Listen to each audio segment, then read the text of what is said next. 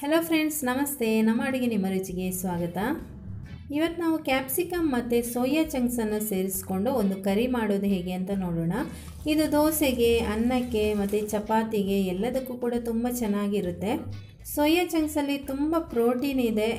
ಯಾರು non veg ಉಪಯೋಗಿಸಿದಲ್ಲ ಅಂಥವರು ಈ ಒಂದು ಸೋಯಾ ಚಂಕ್ಸನ್ನು ಉಪಯೋಗಿಸ್ಕೊಳ್ಬೋದು.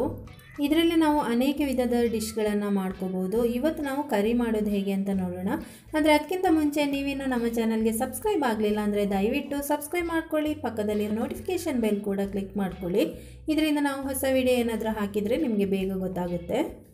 ಈಗ ಮೊದಲಿಗೆ ಗ್ಯಾಸ್ ಆನ್ ಮಾಡಿಕೊಂಡು ಒಂದು ಬಾಣಲೆ ಅಥವಾ ಯಾವುದಾದ್ರೂ ಅಗಲವಾದ ಪಾತ್ರೆಯನ್ನು ಇಟ್ಕೊಳ್ಳಿ. ಇದರಲ್ಲಿ ನೀವು ಒಗ್ಗರಣೆಗೆ ಬಳಸುವಂತಹ ಯಾವುದಾದ್ರೂ ಎಣ್ಣೆಯನ್ನು ಸ್ವಲ್ಪ ಹಾಕ್ಕೊಳ್ಳಿ.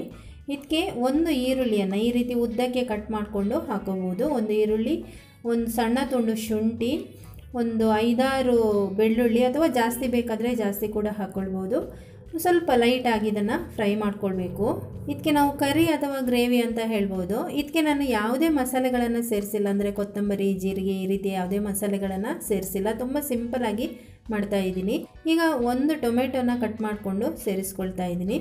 ಮತ್ತು 1.5 ಟೀ ಸ್ಪೂನಷ್ಟು ಮೆಣಸಿನ ಪುಡಿ ಅಥವಾ ಚಿಲ್ಲಿ ಪೌಡರ್. ನಿಮಗೆ ಖಾರ ಇನ್ನೂ ಬೇಕಾದರೆ ಬೇಕಾದರೆ ಸ್ವಲ್ಪ ಜಾಸ್ತಿ ಹಾಕ್ಕೊಳ್ಬೋದು.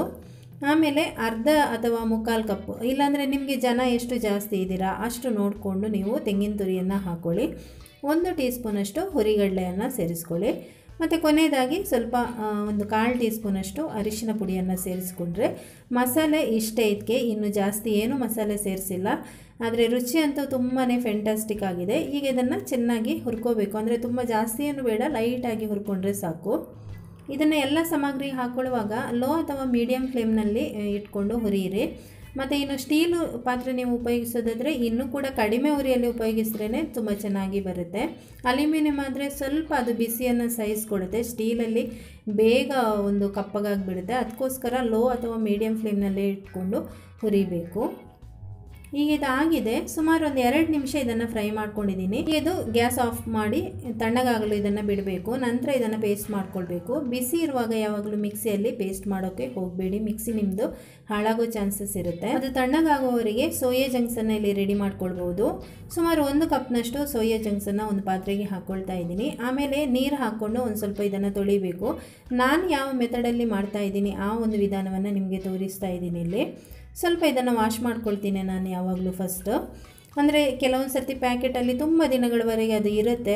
ಆಗ ಏನಾಗುತ್ತೆ, ಅದರಲ್ಲಿ ಪೌಡರ್ ರೂಪದಲ್ಲಿ ಇರೋದು ಅದೊಂದು ಸ್ವಲ್ಪ ಕೆಲವೊಂದು ಸರ್ತಿ ಸ್ಮೆಲ್ ಬರುತ್ತೆ. ಅದಕ್ಕೋಸ್ಕರ ಅದನ್ನು ಫಸ್ಟ್ ಒಂದು ಸರ್ತಿ ವಾಶ್ ಮಾಡ್ಕೊಳ್ಳಿ, ಆಗ ಆ ರೀತಿ ಬರೋದಿಲ್ಲ. ವಾಶ್ ಮಾಡ್ಕೊಂಡು ಆದಮೇಲೆ ಇದನ್ನು ವಾಪಸ್ಸು ಇದೇ ಪಾತ್ರೆಗೆ ಹಾಕ್ಕೊಳ್ತಾ ಇದ್ದೀನಿ. ಆಮೇಲೆ ಇದಕ್ಕೆ ಸ್ವಲ್ಪ ಇದು ಮುಳುಗುವಷ್ಟು, ಅಂದರೆ ಸ್ವಲ್ಪ ಜಾಸ್ತಿನೇ ನೀರನ್ನು ಹಾಕ್ಕೊಳ್ಳಿ, ಯಾಕೆಂದರೆ ಸೈಜ್ ಸ್ವಲ್ಪ ಅದು ದೊಡ್ಡದಾಗುತ್ತೆ ಕುದಿದ ಮೇಲೆ. ಅದಕ್ಕೋಸ್ಕರ ಈಗ ಇದನ್ನು ಒಲೆ ಮೇಲೆ ಇಟ್ಕೊಳ್ಳಿ. ಒಲೆ ಮೇಲೆ ಇಟ್ಮೇಲೆ ಇದೊಂದು ಸುಮಾರು 5 ನಿಮಿಷ ಆಗುತ್ತೆ ಕುದಿಯೋದಕ್ಕೆ. ಅಂದರೆ ಈ ಸ್ವಲ್ಪ ಹೊತ್ತು ಅದು ನೀರು ಕುದಿಯೋದಕ್ಕೆ ಟೈಮ್ ತೊಗೊಳುತ್ತೆ. ಆಮೇಲೆ ಒಂದು 2-3 ನಿಮಿಷ ಅದು ಬಾಯ್ಲ್ ಆಗೋದಕ್ಕೆ, ಅಂದರೆ ಆ ಸೋಯಾ ಚಂಕ್ಸ್ ಸ್ವಲ್ಪ ನೀರನ್ನೆಲ್ಲ ಎಳ್ಕೊಂಡು ದೊಡ್ಡದಾಗುತ್ತಲ್ವ, ಅಲ್ಲಿ ತನಕ ಒಂದು 5 ನಿಮಿಷ ಆಗುತ್ತೆ.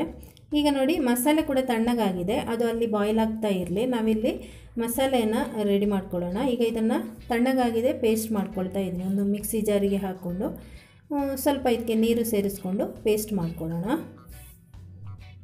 ನೀರು ಕೂಡ ಹಾಗೆಯೇ ತುಂಬ ಜಾಸ್ತಿ ಏನು ಬೇಡ, ಎಷ್ಟು ಬೇಕು ಅಷ್ಟೇ ನೀರನ್ನು ಹಾಕ್ಕೊಳ್ಳಿ. ತುಂಬ ಜಾಸ್ತಿ ನೀರು ಹಾಕಿದರೆ ಅದರ ಒಂದು ರುಚಿ ಕೂಡ ಹೋಗಿಬಿಡುತ್ತೆ ಈ ಥರ ಗ್ರೇವಿ ಮಾಡುವಾಗ.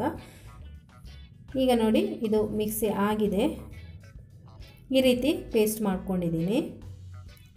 ಇದು ಪಕ್ಕದಲ್ಲಿ ಇರಲಿ, ನಾವೀಗ ಸೋಯಾ ಚಂಕ್ಸ್ ಹೇಗಾಗಿದೆ ಅಂತ ನೋಡ್ಕೊಳ್ಳೋಣ. ನೋಡಿ, ಕುದೀತಾ ಇದೆ. ಇದು ಸುಮಾರು ಒಂದು 3-4 ನಿಮಿಷ ಆಗಿದೆ ಇದನ್ನಿಟ್ಟು. ಈಗ ಒಂದು ಸೈಜ್ ಕೂಡ ನೀವು ಇಲ್ಲಿ ನೋಡ್ಬೋದು, ಸೈಜ್ ಎಲ್ಲ ದೊಡ್ಡದಾಗಿದೆ ನೋಡಿ. ಚೆನ್ನಾಗಿ ಈ ರೀತಿ ಆಗಬೇಕಿದು. ಮುಟ್ಟುವಾಗ ಒಂದು ರೀತಿ ಸಾಫ್ಟಾಗಿ ಬರಬೇಕು. ಈ ರೀತಿ ಆದರೆ ರೆಡಿಯಾಗಿದೆ ಅಂತ ಅರ್ಥ. ಈಗ ಇದು ರೆಡಿಯಾಗಿದೆ, ಗ್ಯಾಸ್ ಆಫ್ ಮಾಡ್ತಾ ಇದ್ದೀನಿ. ಈ ನೀರನ್ನೆಲ್ಲ ಸೋಸ್ಕೊಂಡು ವಾಪಸ್ ಪಾತ್ರೆಗೆ ಹಾಕ್ಕೊಂಡು ಒಂದು 2 ಸರ್ತಿ ಇದಕ್ಕೆ ಹೊಸ ನೀರು ಹಾಕ್ಕೊಂಡು ಸ್ವಲ್ಪ ಇದನ್ನು ವಾಶ್ ಮಾಡ್ಕೊಳ್ಬೇಕು. ಆಗ ಅದರಲ್ಲಿರುವ ಎಲ್ಲ ಒಂದು ಸ್ಮೆಲ್ ಇರುತ್ತೆ, ಅದರಲ್ಲಿ ಒಂದು ರೀತಿ ಸ್ಮೆಲ್ ಇರುತ್ತೆ, ಅದು ಹೊಟ್ಟಿನ ಸ್ಮೆಲ್ ಅಂತ ಹೇಳ್ತೀವಿ ನೋಡಿ, ಆ ರೀತಿ ಅದೆಲ್ಲ ಹೋಗುತ್ತೆ. ವಾಶ್ ಮಾಡಿದ ಮೇಲೆ ಇದನ್ನು ಚೆನ್ನಾಗಿ ಈ ನೀರನ್ನು ಹಿಂಡಿ ತೆಗಿಬೇಕು. ಆಮೇಲೆ ನಾವು ಯಾವುದೇ ಕರಿ ಪದಾರ್ಥಗಳಿಗೆ ಇದನ್ನು ಉಪಯೋಗಿಸ್ಕೊಳ್ಬೋದು.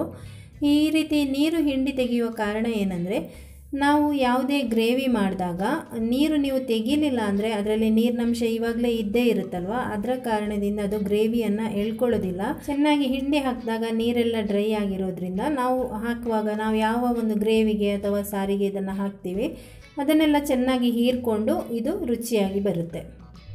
ಇದೆಲ್ಲ ಆದಮೇಲೆ ಒಂದು ಅಥವಾ 2 ದೊಡ್ಡ ಕ್ಯಾಪ್ಸಿಕಮನ್ನು ಚೆನ್ನಾಗಿ ತೊಳೆದು ಆಮೇಲೆ ಕಟ್ ಮಾಡಿಕೊಂಡು ಇಟ್ಕೊಳ್ಳಿ. ನಂತರ ಒಲೆ ಮೇಲೆ ಒಂದು ಬಾಣಲೆ ಇಟ್ಟು ಅದಕ್ಕೆ ಒಂದು ಸ್ವಲ್ಪ ಎಣ್ಣೆ ಹಾಕ್ಕೊಳ್ಳಿ. ಗ್ಯಾಸ್ ಆನ್ ಮಾಡಿಕೊಂಡು ಎಣ್ಣೆ ಚೆನ್ನಾಗಿ ಬಿಸಿ ಆದಮೇಲೆ 1 ಟೀ ಸ್ಪೂನ್ ಸಾಸಿವೆ ಹಾಕ್ಕೊಳ್ಳಿ. ಸಾಸಿವೆ ಚೆನ್ನಾಗಿ ಚಟಪಟ ಅಂತಾದಮೇಲೆ ನಾವು ಕಟ್ ಮಾಡಿ ಇಟ್ಕೊಂಡಿದ್ದಂತಹ ಕ್ಯಾಪ್ಸಿಕಮ್ ಅಥವಾ ದಪ್ಪ ಮೆಣಸಿನಕಾಯಿಯನ್ನು ಹಾಕ್ಕೋಬೇಕು. ಇದನ್ನು ನಾವು ಸ್ವಲ್ಪ ಬೇಯುವವರೆಗೆ ಹುರಿದುಕೊಳ್ಬೇಕು. ಅಂದರೆ ಒಂದು 2 ರಿಂದ 3 ನಿಮಿಷ ಇದು ತಗೋಬೋದು ಅಷ್ಟೇ, ಬೇಗ ಫ್ರೈ ಆಗುತ್ತೆ. ಸ್ವಲ್ಪ ಕುರುಮ್ ಅಂತ ನಿಮಗೆ ಇಷ್ಟ ಇದ್ದರೆ ಆ ರೀತಿ ಜಾಸ್ತಿ ಫ್ರೈ ಮಾಡೋದು ಬೇಡ. ಸ್ವಲ್ಪ ಬೇಯಬೇಕು ಅಂದರೆ ಒಂದು 2 ರಿಂದ 3 ನಿಮಿಷ ಫ್ರೈ ಮಾಡ್ಕೊಳ್ಳಿ. ನೋಡಿ ಈಗ ಇದು ಫ್ರೈ ಆಗಿದೆ, ನಾವು ಹಾಕಿದ ಎಣ್ಣೆ ಎಲ್ಲ ಬಿಟ್ಕೊಂಡಿದೆ ನೋಡಿ, ಫ್ರೈ ಆಗಿದೆ ಅಂತ ಅರ್ಥ. ಈಗ ಇದಕ್ಕೆ ನಾವು ಸೋಯಾ ಚಂಕ್ಸನ್ನು ಹಾಕ್ಕೊಳ್ಬೇಕು. ಸೋಯಾ ಚಂಕ್ಸ್ ಹಾಕಿ ಒಂದು 2 ನಿಮಿಷ ಇದನ್ನು ಹುರಿದುಕೊಂಡ್ರೆ ಸಾಕು. ಚೆನ್ನಾಗಿ ಈ ರೀತಿ ಎಣ್ಣೆಯಲ್ಲೇ ಇದನ್ನು ಹುರ್ಕೊಳ್ಳಿ. ಈ ರೀತಿ ಮಾಡಿದಾಗ ಅದರಲ್ಲಿ ಎಕ್ಸ್ಟ್ರಾ ನೀರಿನಂಶ ಇರುವಂಥದ್ದು ಕೂಡ ಹೋಗುತ್ತೆ. ನೀರಿನಂಶ ಚೆನ್ನಾಗಿ ಹೋದರೆ ಟೇಸ್ಟ್ ಕೂಡ ತುಂಬ ಚೆನ್ನಾಗಿರುತ್ತೆ. ಈಗ ಇದಕ್ಕೆ ನಾನು ಸ್ವಲ್ಪ ಉಪ್ಪು ಕೂಡ ಹಾಕ್ಕೊಂಡಿದ್ದೀನಿ. ಉಪ್ಪು ಹಾಕ್ಕೊಂಡು ನಾವು ಸ್ವಲ್ಪ ಫ್ರೈ ಮಾಡ್ತೀವಿ. ನಿಮಗೆ ತಳ ಹಿಡಿತಾ ಇದೆ ಅಂತ ಏನಾದರೂ ಅನಿಸ್ಕೊಂಡ್ರೆ ಸ್ವಲ್ಪ ಉಪ್ಪು ಹಾಕಿದರೆ ನಿಮಗೆ ಹುರಿಲಿಕ್ಕೆ ಚೆನ್ನಾಗಿ ಆಗುತ್ತೆ. ಈಗ ಇದಕ್ಕೆ ನಾವು ಮಾಡ್ಕೊಂಡಿದ್ದಂತಹ ಮಸಾಲ ಪೇಸ್ಟನ್ನು ಹಾಕೋಬೇಕು. ಮಸಾಲ ಪೇಸ್ಟ್ ಹಾಕಿದ ಮೇಲೆ ಒಂದು ಸ್ವಲ್ಪ ಹೊತ್ತು ಇದನ್ನು ಹುರಿಯಿರಿ. ಮಸಾಲದ ಒಂದು ಹಸಿ ವಾಸನೆ ಎಲ್ಲ ಇದ್ದರೆ ನಾವು ಫ್ರೈ ಮಾಡ್ಕೊಂಡಿದ್ದೀವಿ, ಆದ್ರೂ ಜಸ್ಟ್ ಒಂದು ನಿಮಿಷ ಫ್ರೈ ಮಾಡಿಕೊಂಡ್ರೆ ಸಾಕು. ಇದಕ್ಕೆ ಮೊದಲೇ ಸ್ವಲ್ಪ ಉಪ್ಪು ಹಾಕಿ ಈ ರೀತಿ ಫ್ರೈ ಮಾಡಿದಾಗ ಉಪ್ಪೆಲ್ಲ ಚೆನ್ನಾಗಿ ತಕ್ಷಣ ಎಳ್ಕೊಳ್ಳುತ್ತೆ. ನೀರು ಹಾಕಿದ ಮೇಲೆ ಉಪ್ಪು ಹಾಕೋದಕ್ಕಿಂತ ಮೊದಲೇ ಉಪ್ಪು ಹಾಕಿದರೆ ಒಳ್ಳೆಯದು. ಹೀಗೆ ಇದಕ್ಕೆ ನಾನು ಮಸಾಲ ನೀರು ಕೂಡ ಹಾಕ್ಕೊಳ್ತಾ ಇದ್ದೀನಿ. ನೀರು ಹಾಕ್ಕೊಂಡು ನಿಮಗೆ ಎಷ್ಟು ಬೇಕೋ ಅಷ್ಟು ನೀರನ್ನು ಹಾಕ್ಕೊಳ್ಬೋದು. ತುಂಬ ನೀರಾಗಿ ಮಾಡ್ಕೋಬಾರ್ದು.